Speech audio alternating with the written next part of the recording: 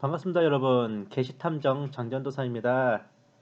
지난 시간에 이어서 이제 세대주의는 이단인가 시리즈 계속 이어가겠습니다. 요 근래 계속 이제 이 세대주의 종말론에 대해서 많은 설명을 드리고 있죠.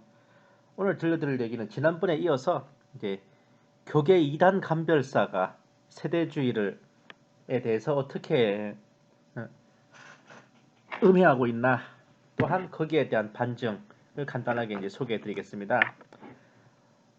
먼저 잠깐 좀 하기 전에 간단하게 담소를 나누자면은, 여러분 원래 이게 영웅이 이름이 나려면요 옆에서 겐세이 치는 놈이 한 놈은 있어야 된다는 거예요. 예수님 옆에는 가룟유다가 있었고, 이순신 옆에는 원균, 옛적 느헤미야 때도 산발락과 도비아 같은 것들이 있었고, 이 계시 탐정에게는 방울서기가 있죠. 에스더와 모르드게 옆에도 하만이 있었지 않습니까? 뭔가 인생에 태클을 거는 놈들이 있어줘야 이야기가 흥미진진해지는 게 일상다반사입니다. 뭐 이런 원리로 적그리스도가 나타나서 환란 때 깽판을 쳐주고 있으니 지상 재림하시는 예수님이 더 빛나시는 거 아니겠어요? 하나님의 계명을 지키고 하나님의 말씀을 지켜 행하며 하나님이 함께 하시면 다섯이 백을 쫓고 백이 만을 쫓으리라 하셨건만, 그럼에도 불구하고 일당백 일기당천 만부부당지용의 우리 내 주님의 군사들에게도 딱 하나씩은 인생의 태클들이 있는 게 적지 않은 사실입니다. 오죽하면 그 사도 바울도 지병으로 평생 고생하면서 주님이 주신 가시라고 하겠어요? 여기서 잠깐 뭐 일당백, 그 혼자 100명을 상대하는 거죠. 그리고 혼자 1000명을 상대하는 일기당천, 이까지는 들어보셨을 텐데 만부부당지용이라는 말은 처음 들어보시는 분들 많으실 거야. 100, 1000, 만의 순서로 이어지는데, 그러니까 이게 뜻은 이제 만명의 군사가 당해낼 수 없는 용맹이라는 의미죠. 그 삼국지나 수호전에서 흔히 이제 혼자 만명을 상대할 만한 장수라고 말하는 표현이 바로 이겁니다. 뭐 관우, 장비, 여포 이런 매우 강력한 장수한테 붙는 타이틀이라 하겠습니다. 그러니까 우리 이제 세대주의 마라나타 종말론에 대해서도 이런 주적들이 있다니까.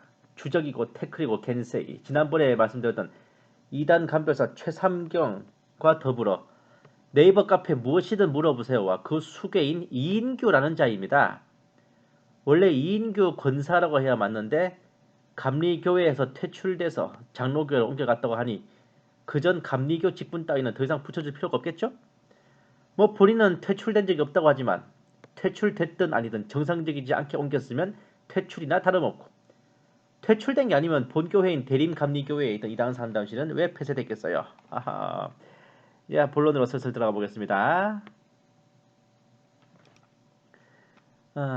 사실 이인규라는 사람에 대해 처음으로 알게 된 건 그렇게 오래된 건 아니에요. 그때 들었던 생각은 이인규 권사라고 하니까, 아니 뭔 할마씨가 권사님이나 되시면 좀 차분하고 온화하게 성도들 보살피시고 덕을 쌓고 온정을 베푸셔야지, 뭔 부귀영화를 보겠다고 이단 감별을 한다고 나선데, 이런 생각이었지. 본 게시 탐정이 지금까지 알고 지낸 권사님들이 전부 연세 지긋하신 여사님들이셔서 이인규도 그런 줄 알았어요. 마치 최삼경이 이인강 목사가 여자인지 남자인지도 몰랐다고 했던 것처럼 저도 이인규 권사가 여자인지 남자인지도 몰랐어요. 감리교회에서는 남성분들도 권사 직분이 있고 여성분들도 장로 직분이 있다는 걸 제가 뒤에 알게 됐거든요. 그래서 남의 교단이라도 관심을 좀 가져야 돼요. 카페 무엇이든 물어보세요는 회원수가 거의 5만 명이 넘는 곳입니다. 회원수만 따지면 아가평 원장 이상이죠. 이곳의 모토는 정통신학을 추구하며 이단 자료와 이단 상담 및 성경 신학 등에 대한 질문을 할 수 있습니다. 인데 한마디로 이름 그대로 이제 무엇이든 물어보세요예요. 그러나 뭐 모두 아시는 바와 같이 무엇이든 물어보세요는 무엇이든 물어뜯어보세요라고 이해하시는 게 더 빠를 겁니다. 우리 한국교회에서 가장 쉽고 빠르고 간편하게 이단이 되는 방법은 바로 그 무물 카페 수괴 이인규의 게시글에 반대하는 댓글을 달거나 이인규의 의견에 반대하는 글을 올리면 됩니다. 그러면 그 사람은 너무나 간단하게 이단 또는 이단 옹호자가 돼버리죠. 참 쉽죠. 물론 그 카페가 원래 목적 자체가 이단 상담하는 목적이고, 또 수괴인 이인규 자체가 이단 감별사다 보니 각종 이단에 대한 여러가지 지식과 정보를 담은 글들이 있긴 하지만 솔까 그 글이 어디 그 카페에만 있는 거 아니에요. 신천 쥐새끼들과 몰몬교 여호와의 증인 명석이 패거리에 대한 그런 자료들은 이미 쌍팔년도 이전에 탕명한 선생이 이단 감별하고 다닐 때부터 진작에 데이터가 쌓이고 쌓인 거예요. 이인규가 축적한 지식들이 그렇게 새로운 게 없단 말입니다. 결국 몇 마디만 파보면 다 그 소리가 그 소리예요.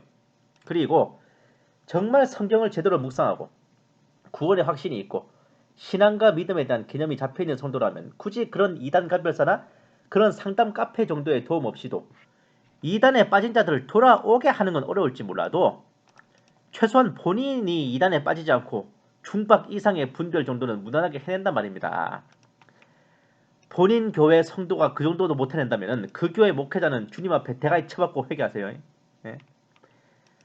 실은 그렇지만 그렇다고 해서 명색이 평신도 이단대책협의회 대표라는 분께서 개점 휴업을 할 수 없잖아.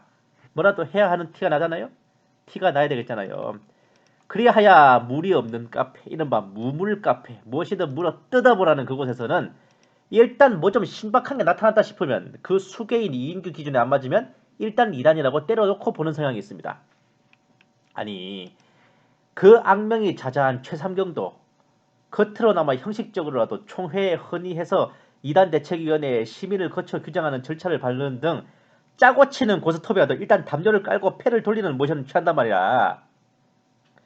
그 최삼경의 동역자이자 행동대장이라 할 수 있는 이인규는 가만 보면 최삼경보다 한술 더 뜹니다. 그렇게 자기 카페에 대놓고 누구누구가 이단이다, 누구누구는 이단이다 이래버리면은 그 카페 회원이 한둘도 아니고 그 파급력이 적지가 아니한데 한번 인터넷에 올리면 일파만파 퍼지는 게 장난이에요? 예적 박정희 대통령 시절에 박통의 후계자로 총애를 받던 수경사령관 윤필용 장군에게 주변 사람들이 아부를 하며 뭐라 그랬냐면은 그가 지휘하던 서울 필동의 수도경비사령부를 필동육군이라고 불렀답니다. 이인규는 자기의 무물 카페가 한국기독교 공인의 이단대책위원회라도 된다 생각하는 겁니까? 브레인이자 총괄인 최삼경의 오더가 내려지면 교회와 신앙 여기서 열심히 이슈를 만들어요. 그리고 교계 언론에서 여론을 조성하면 최삼경과 박형택이 이제 통합과 합신해서 각각 이단대책위원회를 움직여서 공작을 하고 그러는 사이 이인규가 인터넷상에서 이미 그 대상자를 이단으로 만들어버리는 그런 참으로 2인 삼각처럼 손발이 딱딱 맞는 기가 막힌 협업인지 협잡인지 매우 오랫동안 진행된 이단 간별의 통례였습니다. 어쩌면 최삼경보다 이 이인규가 더 위험할 수도 있어요. 최삼경은 그래도 명색이 목사입니다. 목사라는 체면상 말이라도 좀 점잖게 해야 돼요. 온건하게 좀 견해를 내비쳐야 됩니다. 때로는 교단의 정치 논리와 이해관계에 따라 움직여야 되고 또 자기가 평생 배우고 믿어온 그 신학과 교리의 관점에서 움직이는 것도 참작될 여지가 없잖아 있어요. 그런데 이인규는 교역자가 아닙니다. 목회자도 아니에요. 그냥 생평신도라고. 어떤 교단이나 신학의 관점에 매몰돼서 그렇게 움직이거나 생각하는 것도 아니에요. 자기 자신의 관점과 견해로 움직이고 행동하는 겁니다.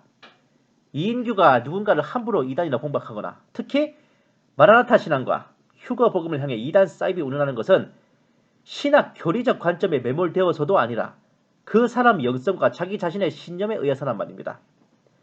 그러니 최삼경처럼 말이라도 점잖고 온건하게 할 필요가 없어요. 원색적인 비난과 비평을 잡습니다.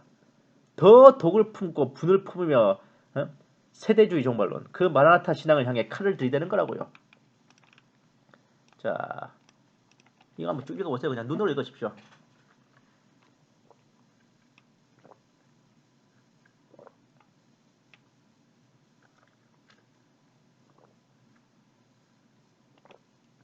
무물 카페에 공지된 2단 분별 기능 여기까지는 그럴듯합니다. 이인규 본인의 독점 연구물도 아니에요. 이 정도는 어느 정도 2단 연구했다는 전문가들한테는 기초 중에 상기초라고. 이거 나도 아는데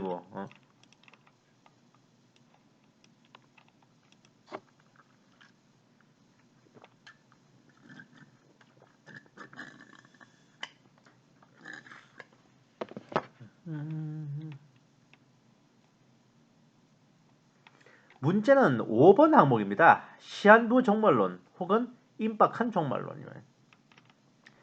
이게 항목 자체는 그렇게 틀렸다 할 것까지는 아닌데 문제는 항목을 설명하면서 밑장 빼기를 하고 있지.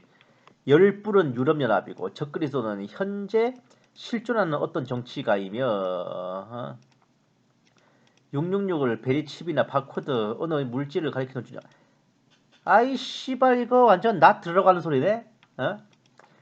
이단 간별사의 조상인 탕명한도 적그리스도가 부활 로마 제국의 수계라는 걸 인정하고 자신의 기독교 이단 연구 책에다가 정통 기독교 재림론으로 인용했는데 자기의 선조를 부정하는 이인교의 폐기에 찬사를 보냅니다. 이건 시작에 불과해요. 솔직히 이인교의 무물 카페 전체에 가장 많은 시간과 노력을 들여 할애하는 것이 마지막 때를 외치고 시대의 징조를 분별하는 마라나타 성도들 향해 극단적 세대주의라 낙인 찍어 이단 취급하고 신사도로 몰아 정죄하고 비난하는 일입니다. 카페 회원들도 카페지기 수준 따라가는지 그 5만 명이 넘는 회원들 중에 그 정도 분별이 있는 회원이 없어요.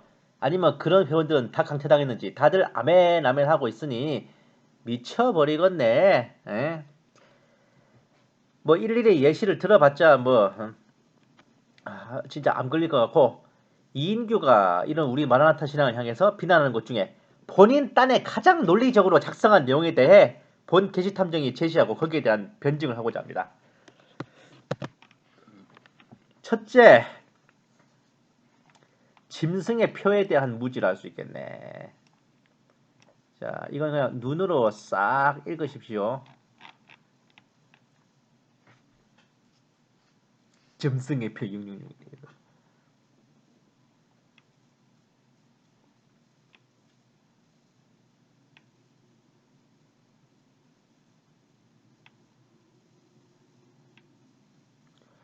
아니, 씨발 거 진짜 시작부터 욕 나오네.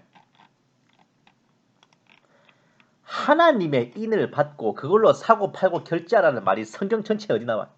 그런데 짐승의 표는 그걸로 사고 팔고 하는 매매 기능, 결제 기능이 있다고 분명히 명시되어 있다고요. 그게 어디 봐야 상징이야? 이인규 말대로 짐승의 표를 받으면 짐승의 소유가 되는 것까지는 맞는데 문제는 그 짐승의 표는 단순히 짐승의 소유가 된다는 것뿐만이 아니라 그 표의 화폐 기능까지 딸려있는 실무적인 어떤 매체라 이겁니다.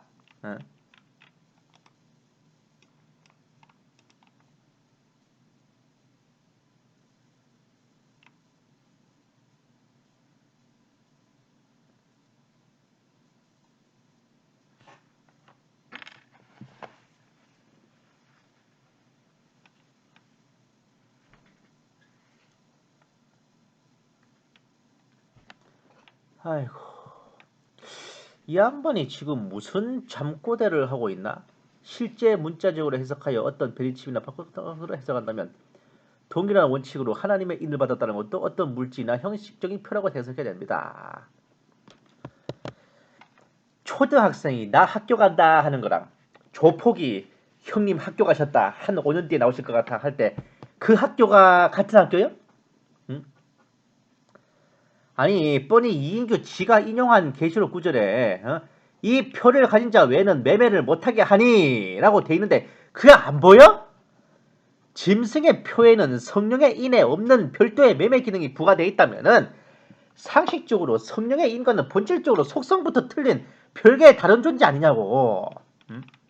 환장하겠네 진짜.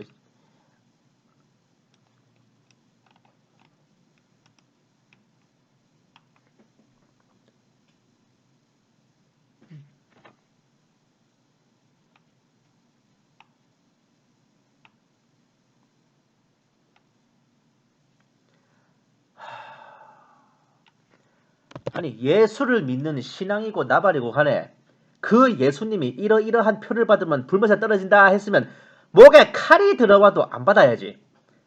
그 명령은 개코로 지저불고 덜컥 표를 받아놓고 예수님대로 주님을 믿으니 나를 구원해 주시오 하면 아따 퍽이나 구원해 주시겠다. 아니 이 선생 말 맞다나 구원과 멸망의 핵심적인 메시지가 신앙과 불신앙이면은 주님께서 최후 경고로 내리신 명령을 씹어먹고 무사하길 바라냐? 아니 어째 본인 입으로 본인 사용 선고를 줄줄이 읊는 게 꼭 벨레로폰의 편지야? 예? 잠깐 상식. 벨레로폰의 편지라는 건 그리스 신화에 나오는 영웅 벨레로폰의 에피소드에서 나온 얘기입니다. 왕에게 편지를 대신 전달해달라는 부탁을 동료한테 받고 전달해줬는데 알고 보니 그 편지는 자기를 시기한 동료가 자기를 모함하면서 이 편지를 가져가는 벨레로폰을 죽여줍시오 하는 내용을 담고 있었다는 거지. 한마디로 자기한테 불리한 내용인데 본인 스스로 터뜨리거나 전달하는 식의 행동을 하는 걸 뜻합니다. 자, 계속합니다.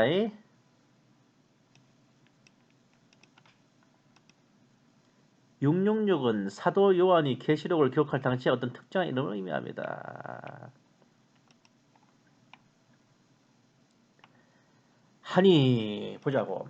네로 아니라 로마 제국의 교회 박해 시절 전체를 통틀어서 언제 성도들 아니라 일반 백성들까지 포함해서 사람 이마나 손에 뭔 표시하고 그 표시 없으면 사고 팔고 못하게 한 적이 언제 있었어요?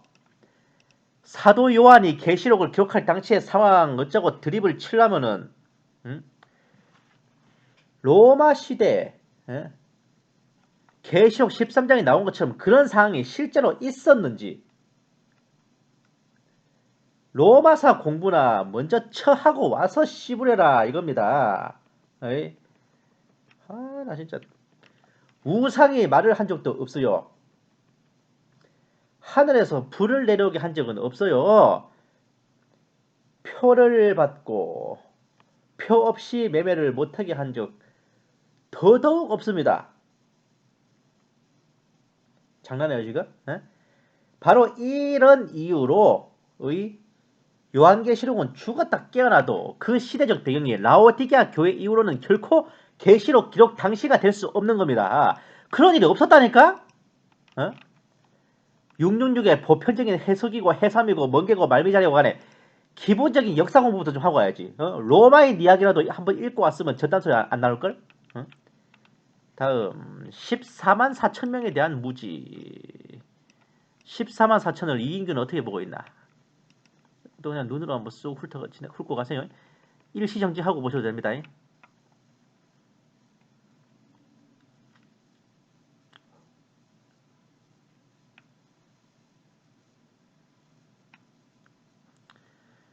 시작부터 크게 웃고 갑니다.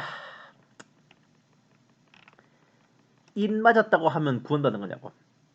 이스라엘 자손의 각 지파 중에 인 맞은 사람이 14만 4천이다. 네가 봐도 내가 봐도 누가 봐도 이스라엘 사람들 중에 인 맞은 사람이 14만 4천 명이구나 아닙니까? 아니 뭐 나름 근거가 뭐 12지파 명단이 구약과 다른 애 12지파가 신약이 들어서 유명무실하네. 12라는 숫자의 의미가 어쩌네.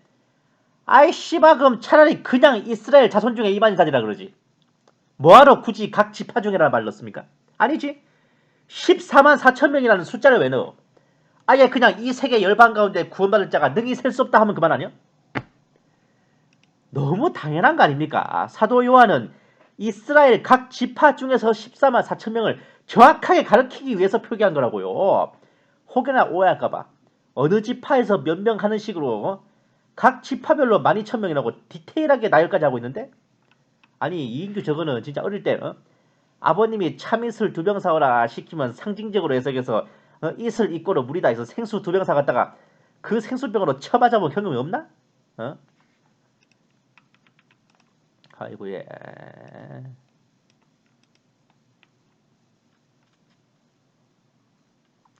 셀 수 없는 숫자가 서 있었다. 14만 4천 명. 또 다른 모습이다. 아니 근거라고 든 구절에 봐도 문들 위에 이스라엘 자손 12지파의 이름들이 있다는데 의미가 12지파가 의미가 없긴 뭐가 없어. 의미가 철철 넘치는구만. 그리고 아니 어디를 봐야 아무라도 능히 셀 수 없는 큰 무리와 14만 4천 명이 같은 무리들이냐고. 같은 팀이면 그냥 똑같이 적었겠지. 근데 다르잖아요. 능히 셀 수 없다는 말이 무슨 뜻이에요? 그러면 14만 4천이라는 숫자를 셀 줄은 알지요? 그러면 그 둘이 같아요? 달라요? 14만 4천 1부터는 그냥 무한대 시그마요? 진짜. 암 걸리겠다, 암 걸리겠어, 진짜. 자, 아니, 국어 능력만 딸리는 게 아니라, 이제는 수학도 딸리나, 진짜. 자, 다음, 이제, 이게 본론이네. 마라나타 신앙에 대한 무지. 세대주의에 대해서 이 이인규는 어떻게 보고 있을까? 세대주의는 상당히 위험하고 심각하다.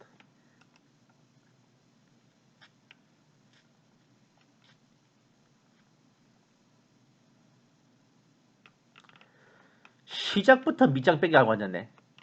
세대주의를 몇 개를 구분한다지만 사실상 세대주의 자체를 그냥 이단이라고 치부하고 있어요. 예? 그냥 세대주의 이단이라고 하면 엄연히 세대주의가 전통적인 신학적 관점이다 보니 의구심을 갖는 사람들이 적지 않아 극단적 세대주의라는 겉포장을 붙인 것에 불과합니다. 특히 모든 세대주의가 다 그렇지는 않지만 이라고 진짜 말도 안 되는 개소리 끓이는데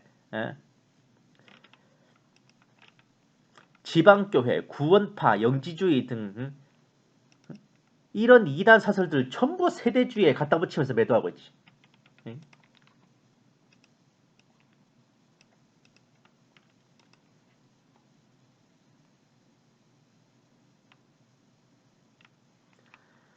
마라나타 신앙을 견지하는 세대주의 종말론을 까려다 보니 성경을 문자적으로 해석함을 최우선으로 기준한다. 이것까지 비난하는데 이 이인규는 명색이 이단 간별사라는 놈이 이단 분별의 최우선 기준 중에 하나가 이단은 성경을 문자로 안 보고 비유풀이 한다는 걸 몰라?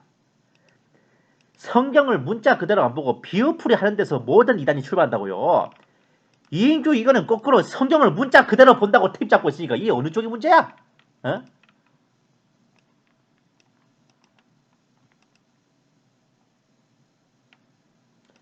이스라엘을 택함받은 백성으로 세우신 옛 언약을 파기하고 새 언약을 세우셨다. 근데 왜 히브리서 요 구절이 그 증거가 됩니까? 아니 이 구절에도 보면은 그날 후에 내가 이스라엘 집으로 세울 언약이 이것이니 그 위에도 내가 이스라엘 집과 유다 집으로 새 언약을 세우리라. 아니 어버치든 매치든 옛 언약이든 새 언약이든 구약에서든 신약에서든 이스라엘은 택함받은 백성 그대로 아닙니까? 구약에서는 이스라엘 올리 이스라엘 뿐이던 게 신약에서 이방인에게도 동일한 택함받는 은혜가 베풀어진 게 다를 뿐이지.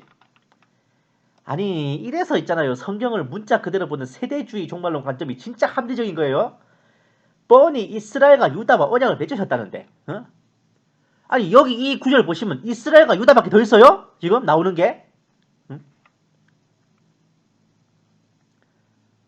아니 어버치든 매치든 여기 이방인이 어디 나와 이 구절에서? 아니 저 구절 보고 아하 이스라엘과의 언약은 폐해졌고 이제 쟤네들은 택함받은 백성에서 나가게 되었구나 하는 생각이 드냐고요. 아유 뭐 어떻게 봐야 그렇게나 보여지냐?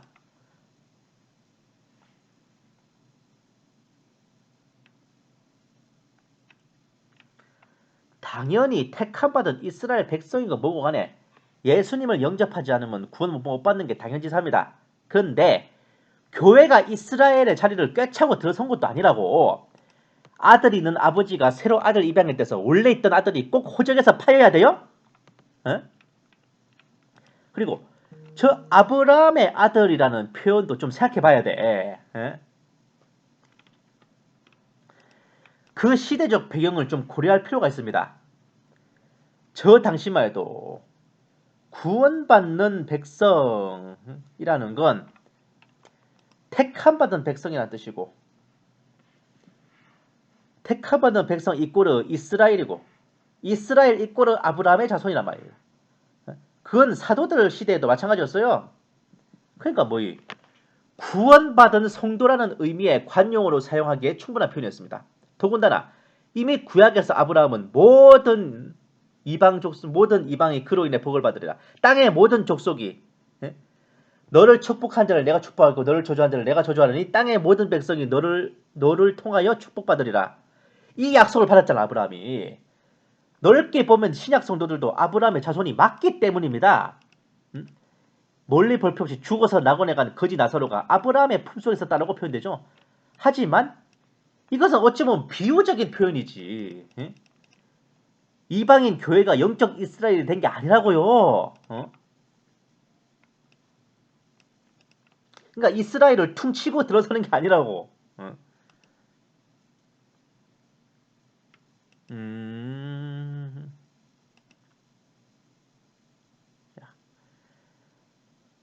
유대인이라도 예수님 안 믿으면 나가리지 뭐. 이인규는 로마서 2장 28절 9절의 의미를 잘 모르고 인용을 한 것 같은데 이단 분별할 때 중요한 수칙은 저쪽에서 내세우는 성경 구절에 대해 그 단락 전체의 장절 문맥을 잘 보고 파악하는 겁니다. 이단감을 그만했다는 양반이 이것도 모르나? 사도 바울이 이 구절 말씀을 왜 했는지 아십니까? 로마서 2장 28절 29절 28절 29절 말씀. 대저 표면적 유대인이 유대인이 아니요 표면적 육신의 할례가 할례가 아니라 오직 이면적 유대인이 유대인이며 할례는 마음에 알지니 신령에 있고 의문에 있지 아니한 것이라. 그 칭찬이 사람에서가 아니요 다만 하나님에게서니라. 이 말씀을 사도 바울께서 하신 이유는 유대인들이 이방인 성도들을 향해 할례도 안 하고 율법도 안 따르는 말종 쓰레기 취급을 하며 멸시하고 무시했기 때문에 그런 거예요. 그런 유대인들한테 굳이 쉽게 표현하면 니네들이나 정신 똑바로 차리고 인생 그따고 살지 말라고 그 권면을 하려고 하신 말씀이란 말입니다.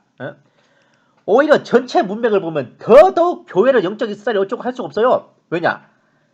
사도 바울께서는 명백하게 유대인과 헬라인을 따로 구분해서 말하고 있거든요. 저들 말대로 교회 입고로 영적 이스라엘이면 그렇게 구분하면 안 돼요. 사도 바울이 틀린 게 아니면 이인규가 다 삐꾸로 말한 거겠지. 사도행전 1장 8절 말씀도요. 우리가 이스라엘과 예루살렘을 향해 예수님의 복음을 전하는 것이지. 그 말씀에 따라서. 그 말씀이 있든 없든 구약에서부터 이어져 온 택함받은 백성으로서의 이스라엘은 지금까지 건재하여 있다는 것이 우리들 마라나타 성도들의 입장이며 또 그것이 성경적이자 실제적인 사실인 겁니다.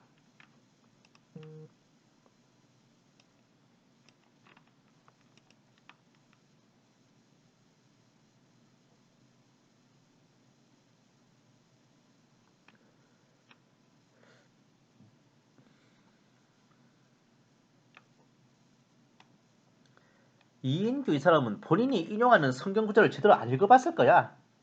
아니면 무슨 뜻인 줄 모르고 받아쓰겠거나. 로마서 11장 25절 26절 말씀은 누가 어떻게 해석을 해도 이스라엘 일꼬르 이방인으로 해석할 수가 없습니다.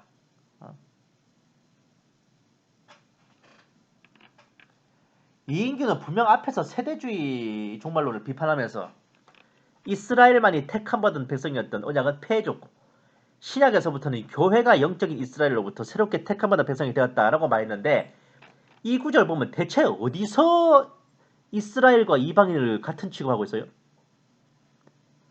엄연히 따로 분리해놓고 있지 않나요?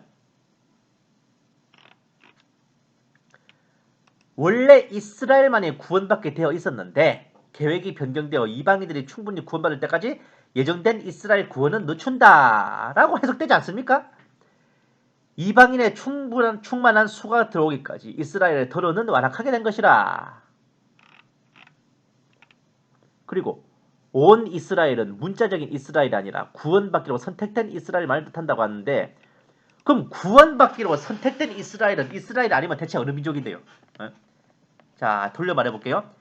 한국인이 문자적인 한국인이 아니라 구원받기로 선택된 한국인만을 뜻한다면 이게 어디 한민족이 아니라 어디 다른 민족입니까? 그리고 앞에서는 신약 이래로 교회가 영적 이스라엘이라며.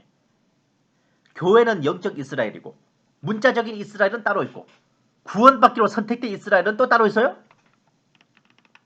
나 진짜 뭔 소리야. 머리 아프다 진짜.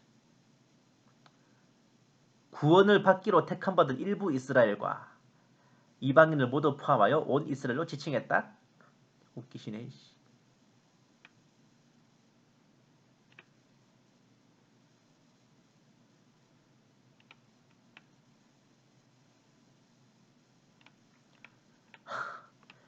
그럴 거면 차라리 모든 열방이나 구원받을 모든 백성들이라고 해버리지.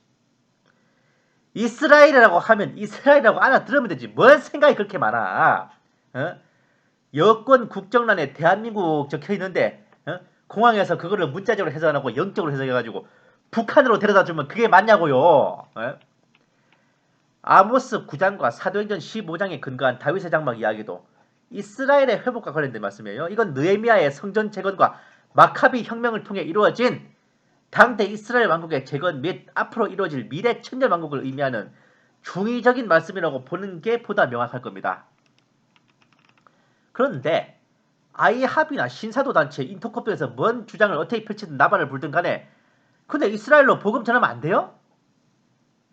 예루살렘에 전도를 가면 안 됩니까?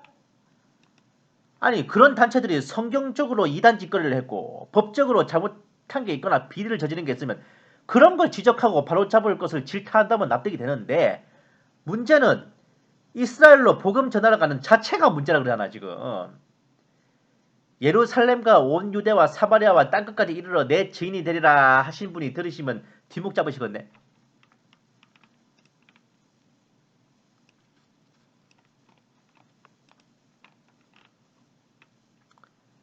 세대주의는 역사의 시대를 7가지로 구분하여 세대마다 하나님의 구원 방법이 다르다고 가르친다. 블라블라블라블라블라.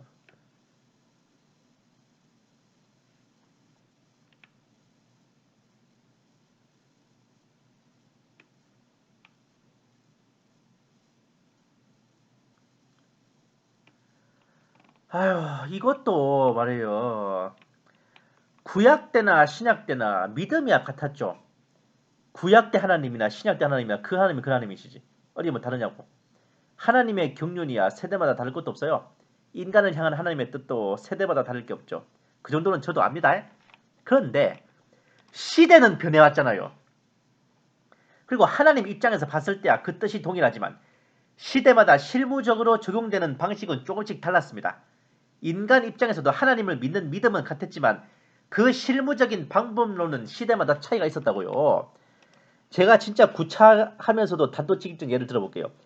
에덴 동산에서 구원받으려면 선악과 안 따먹었으면 됐어요. 홍수 이전에 구원받으려면 하나님을 믿고 제사를 드려야지. 홍수 때 구원받으려면 노아를 따라 방주에 타서야 했습니다. 홍수 이후에 구원받으려면 역시 하나님을 믿고 제사를 드려야 했고 예수님이 오신 이후에 구원받으려면 예수님을 영접해야 하고 환란 전에 구원받으려면 휴거돼야 되고 환란 때 구원받으려면 짐승의 표를 안 받아야 되는 겁니다. 시대마다 하나라도 같은 게 있어요? 근데 그렇다고 해서 본질적으로 다를 게 뭡니까? 결국 전부 예수님을 믿고 하나님을 믿는 그 믿음에서 나온 거 아니냐고요. 저 7시대의 7방법 중에 하나라도 하나님에 대한 믿음이 없이 되는 거 있어요? 그리고 저 7시대 중에 하나라도 우리를 구원하시려는 하나님의 뜻이 다르신 때가 있습니까? 세대주의에서 경륜을 나누는 건 바로 이런 원리란 말입니다. 오히려 세대주의를 비판한다는 개혁주의와 복음주의가 주장한다는 게 되려 성경을 제대로 왜곡하는 무천년설과 후천년설이라는 게 함정이에요. 세대주의는 성경을 문자 그대로 보려고 합니다. 근데 무천년, 후천년은 문자 그대로 적혀있는 천년왕국도 제대로 인정하려 들지 않는데 어째 여기는 비판 안 할까요? 네. 드디어 핵심 중에 핵심입니다. 세대주의 종말론.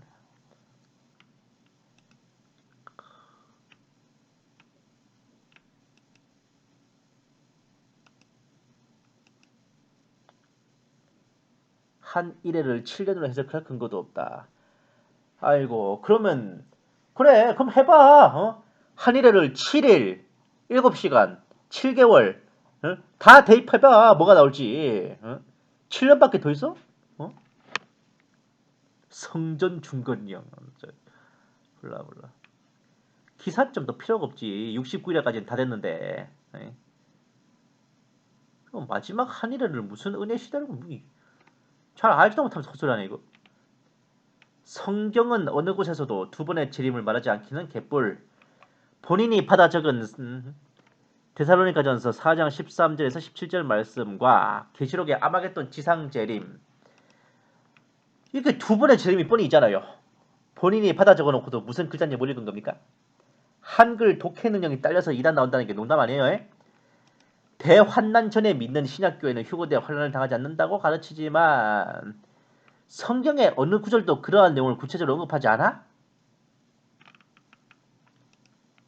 개뿔 뜯어먹은 소리 하네.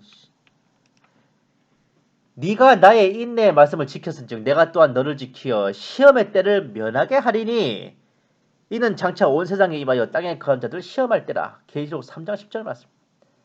데살로니가전서 1장 10절 말씀. 또 죽은 자들 가운데서 다시 살리신 그의 아들이 하늘로부터 강림하심을 기다린다고 말하니 이는 장래에 노하심에서 우리를 건지시는 예수시니라. 이 말씀들이 교회를 건져내어 환난을 당하지 않게 해주겠다는 말씀이 아니면 뭐예요? 그리고 제가 지난번에도 한번 인용한 저런데 자, 재림론에 대해서 5가지로 약속을 한다. 첫째, 재림에는 공중재림과 지상재림의 두 단계가 있다. 먼저 예수께서 공중재림을 하면 블라블라 이것을 휴거라고 부른다. 그리고 지상은 7년간의 대환란 시대에 접어들게 된다. 다니엘서 9장 27절에 일주라 함은 7년으로 해석한다.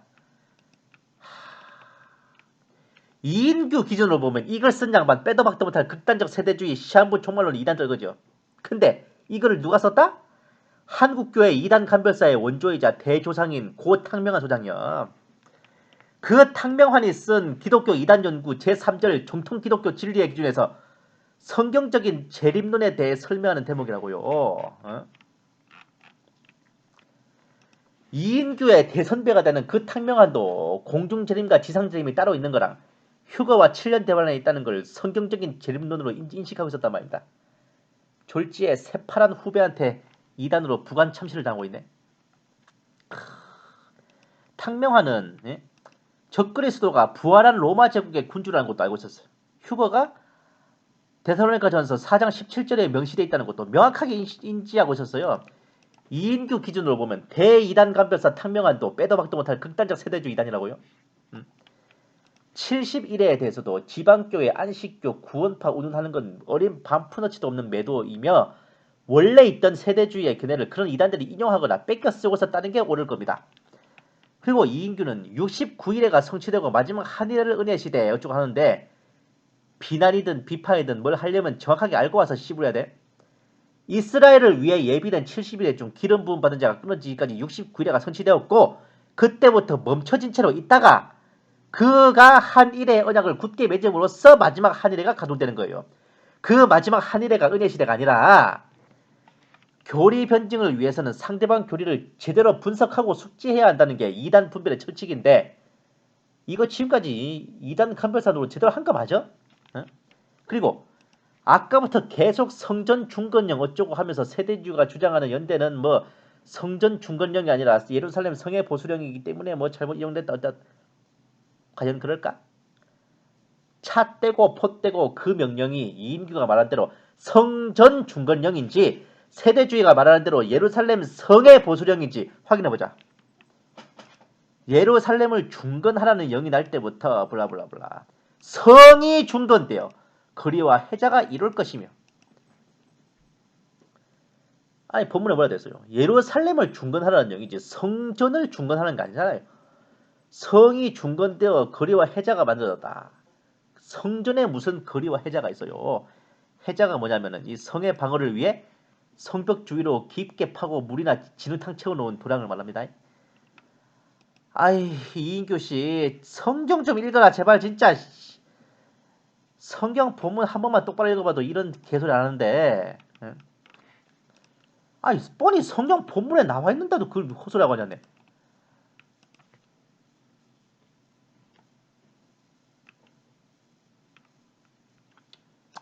이것도 뭐 그럴싸하게 인용은 잘했는데 분명히 윗글에서 이인규는 재림의 시간이 언제가 된지 알 수 없다라는 돌연성에 대해 언급하고 있는데 그게 비밀스러운 거 아니에요?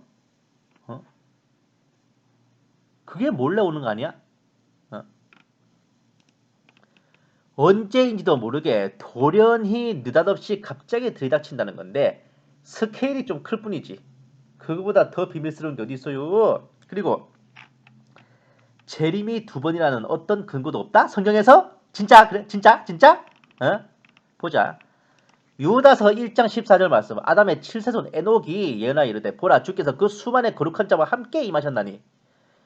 유다서에서 최초의 휴거자 에녹이 한 예언을 인용한 건데 훗날에 지상 재림에 대해 언급한 겁니다. 보시면 지상 재림은 엄연히 주님께서 성도들을 이끌고 함께 지상으로 재림하시는 거예요. 근데 이인규의 말대로 재림이 2번 아니면요. 대체 지상에 있던 성도들을 공중으로 이끌고 올라갔던 일은 언제 있었어요? 공중으로 이끌고 올라갔었으니까 지상으로 데리고 내려오는 일도 있는 거 아닙니까? 그리고 100번, 1000번을 접어서 그 말대로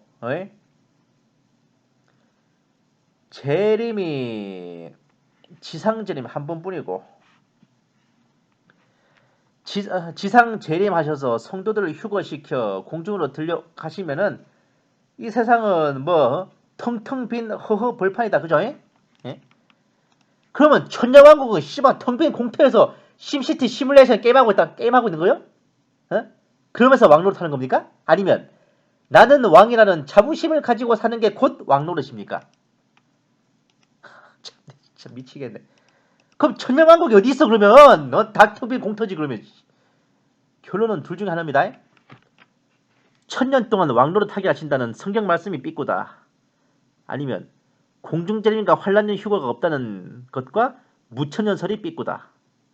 자, 첫 번째겠어요? 두 번째겠어요? 에?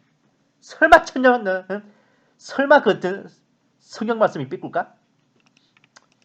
아이고 진짜.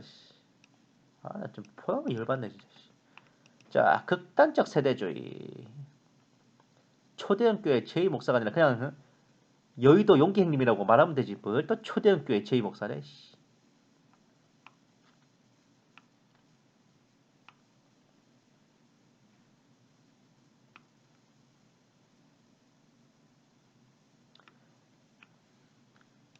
위험한 세대주의? 뭐가 그래 위험한지 모르겠네. 세대주의와 이단적 세대주의는 한 걸음 차이밖에 없다. 에라이. 아니 봐요. 차라리 세대주의는요. 성경을 문자 그대로 보면서 시대의 징조와 상황에 맞춰서 분별하려고 그러지. 그것도 안 하고 눈을 감고 귀를 닫고 맴 하고 있으면 어쩔 건데?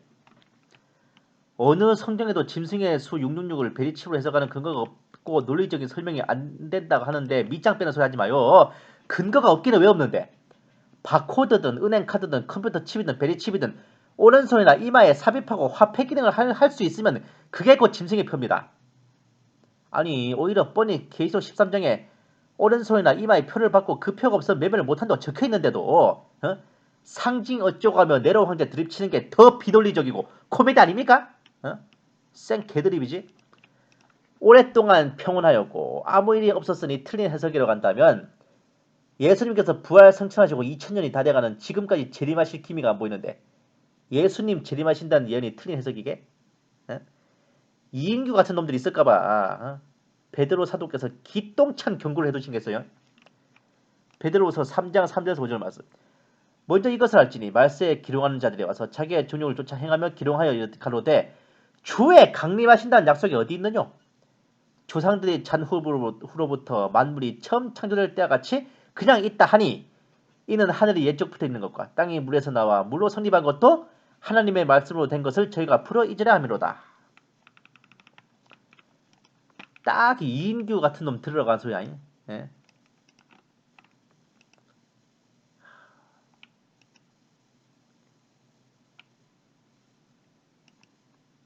적그리스도에 대해서. 아이고. 아니 물론 적그리스도의 사전적 의미야 이렇지.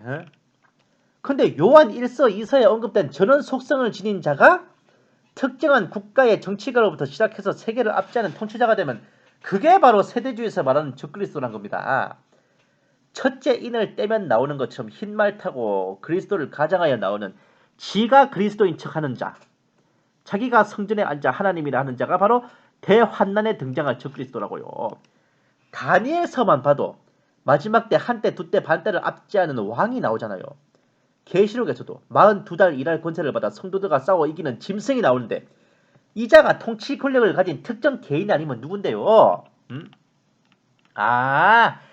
그쪽 입장에서는 계시록 13장의 일은 이미 네로 황제 시대에 다 끝난 일이라서 더 해당 사항 없습니까?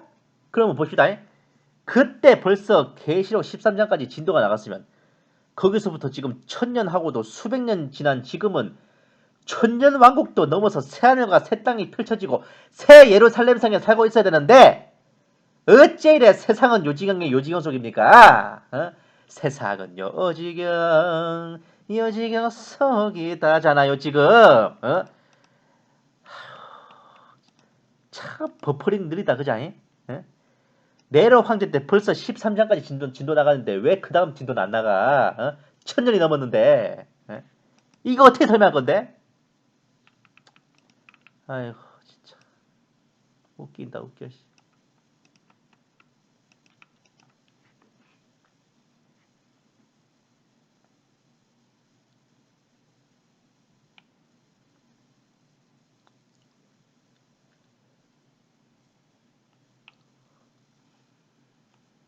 이젠 아예 대놓고 세대주의는 비성경적이고 숱한 이단들을 만들어왔다 이딴 소리 하고 있네. 말도 안 되는 황당한 성경 해석이라느니 시한부 종말론이라느니 하면 위험성이 매우 심각하다는 경고로 끝맺음하고 있습니다.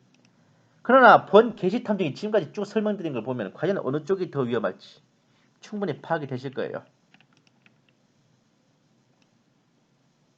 자, 이인규가 쓴 다른 글입니다. 이단 감별할 때는 그렇게 성경을 비유풀이하지 말라고 거품 불면서 정말 문자적으로 정확하게 봐야 될 계시록은 꿋꿋하게 상징으로 비유풀이하고 있으니까 청개구리는 따로 없다. 아이고 청개구리가 다 청개구리. 참 썩은 동화줄만 골라 잡는 것도 능력이에요. 예. 모르면 배울 것이고 배우기 싫으면 스스로 말씀을 묵상하고 깊이 하나님의 뜻을 구하고 기도하며 인도를 받아야 될 거 아닙니까? 이것도 싫다 저것도 싫다. 그렇다고 제대로 알고 있는 것도 아니야. 그러면서 스스로 현명한 듯이 난치를 하고 자기 자신을 현대판 산헤드린 공회로 만들고 있으니 정말 안쓰러운 일 아닌가요? 그때도 하나님을 위해 일한다는 자들이 예수님의 대적이 되어 주님을 십자가에 못 박았습니다. 지금도 하나님을 위하고 정통 신학을 추구한다는 자가 마라나타 신앙의 주적이 되어서 다시 오실 주님을 바라보는 그 사모함을 이단으로 치부하며 못 받고 있습니다. 그때는 오신 주님을 못 박았더니 이제는 오실 주님을 못 박으라 그러네. 참 이제나 저제나 교계에 갑질하는 인간들이 정통과 진리를 외면하는 것은 항상 있어 왔나 봅니다. 먼 훗날 모든 무릎이 주님 앞에 꿇고 모든 입이 하나님께 직구할 때가 될 때 저 이단 간별사 이인규는 저 일에 대해서 주님께 어떻게 해명해야 할지 참 상상이 안 간다 그죠? 여기까지 하겠습니다. 감사합니다. 게시탐정 정전도사였습니다.